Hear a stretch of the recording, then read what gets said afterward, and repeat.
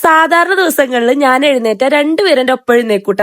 ഇന്ന് രണ്ടുപേരും നല്ല ഉറക്കാണ്. അപ്പൊ ഞാൻ വിചാരിച്ച ഒരു വ്ളോഗ് എടുക്കാന്ന്. അങ്ങനെ എഴുന്നേറ്റ പാടെ തന്നെ നേരെ ഫോൺ കൊണ്ടുപോയി ചാർജിൽ ഇടാനിട്ടാ.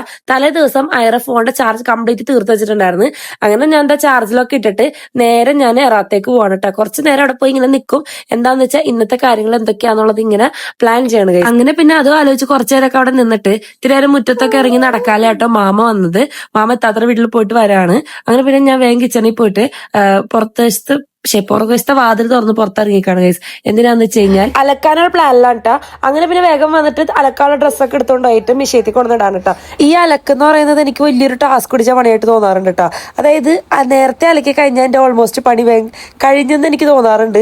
ഇനി പണി അതായത് അലക്ക് പെൻഡിങ് ആണെങ്കിൽ ഒരുപാട് പണി പെൻഡിങ് കിടക്കണ പോലെ ഒരു ഫീലിംഗ് ആണ് കേട്ടോ.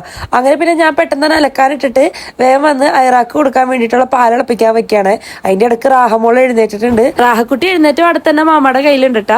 ഇനി മാമയുടെ കയ്യിൽ കുറെ നേരം ഇരുന്നോളൂ കേട്ടോ. ഭയങ്കര ഇഷ്ടമാണ് മാമ അടുത്തിരിക്കണത്. അങ്ങനെ പിന്നെ ഞാൻ വേദന കിച്ചണിലേക്ക് വന്നിട്ടുണ്ട്. നമ്മളിവിടെ എങ്ങനെയാന്ന് വെച്ച് കഴിഞ്ഞാൽ വൈകുന്നേരത്തെ നോമ്പിന്റെ ചായക്ക് വേണ്ടിയിട്ടുള്ള കാര്യങ്ങളൊക്കെ നമ്മൾ നേരത്തെ ആക്കി വെക്കൂട്ടോ. അപ്പൊ അതിന് വേണ്ടിയിട്ട് ഞാൻ ഇടിയപ്പൊക്കെ പെട്ടെന്ന് തന്നെ റെഡിയാക്കാണ്. വൈകുന്നേരം നമ്മളൊക്കെ നമ്മൾ ടയർഡ് ആവുമല്ലോ. അപ്പൊ അതിന് മുമ്പ് നമ്മുടെ ജോലികളൊക്കെ പെട്ടെന്ന് ഒതുക്കാണ് കേട്ടോ. അങ്ങനെ പിന്നെ കാലത്തേക്ക് പിള്ളേർക്ക് കൊടുക്കാനും അങ്ങനെ വൈകുന്നേരത്തേക്ക് വേണ്ടിയിട്ടുള്ള ഇടിയപ്പം പെട്ടെന്ന് തന്നെ എടുത്ത് സെറ്റാക്കി വെക്കാണ് കേട്ടോ. പിന്നെ അതിന്റെ ഇടയ്ക്ക് ഞാൻ അലക്കിയതൊക്കെ വിരിക്കാൻ വേണ്ടി പോവാണ് കേട്ടോ. അങ്ങനെ അതൊക്കെ വിരിച്ചിടുന്നതിന്റെ ഇടയിൽ ഐറ എഴുന്നേറ്റിട്ടുണ്ട്. ഇനിയിപ്പോ ഐറക്ക് ചെന്നിട്ട് ചായയൊക്കെ കൊടുക്കണം. അപ്പൊ ഇനി ഐറ എഴുന്നേറ്റ പിന്നെ എന്റെ വീഡിയോ എടുക്കലൊക്കെ ഇനി നിന്ന്. കാരണം രണ്ടുപേരെയും കൂടി ഒരുമിച്ച് മാനേജ് ചെയ്ത് വീഡിയോ എടുക്കൽ നടക്കൂല കേട്ടോ. ചെന്ന് നോക്കിയപ്പോ ഇതായിരുന്ന അവസ്ഥ. കൊച്ചിനെ വലിച്ച് നിലത്തിട്ടിട്ട് അവള് കയറി ബെഡ്റൂമിൽ കിടക്കണം കേസ്. അപ്പൊ അത്രയുള്ള നമുക്ക് നെക്സ്റ്റ് വീഡിയോ ആയിട്ട് വരാം.